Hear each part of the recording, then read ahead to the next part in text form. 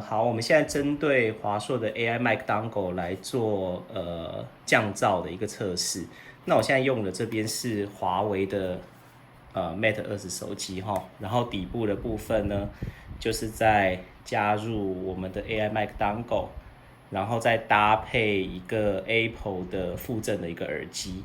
那在录制的时候，我们就是要把那麦克风就是接近我们的角度，就接近我们的嘴巴，这样录的声音会比较清楚一点。那现在来讲的话，我们就来试试看录制的一个状况。好，那这边呢，我们用电脑来开启音乐哦，来模拟一下在夜店的感觉好了，或是很吵杂的一个环境的录音，这样啊，随便录。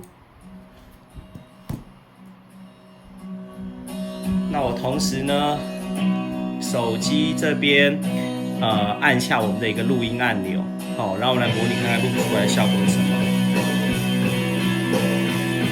Hello， 现在是我们针对华硕的 AI Mic Dongle 所进行的一个录音测试。那待会会把录音的一个结果呢放出来给大家听。现在听得到背景声音非常非常嘈杂，好像在夜店里面的一个感觉。那我们就来听听看，说华硕的 AI Mic Dongle 能不能在这个环境底下把背景的音乐声音完全滤掉，然后只剩下我的一个声音。好。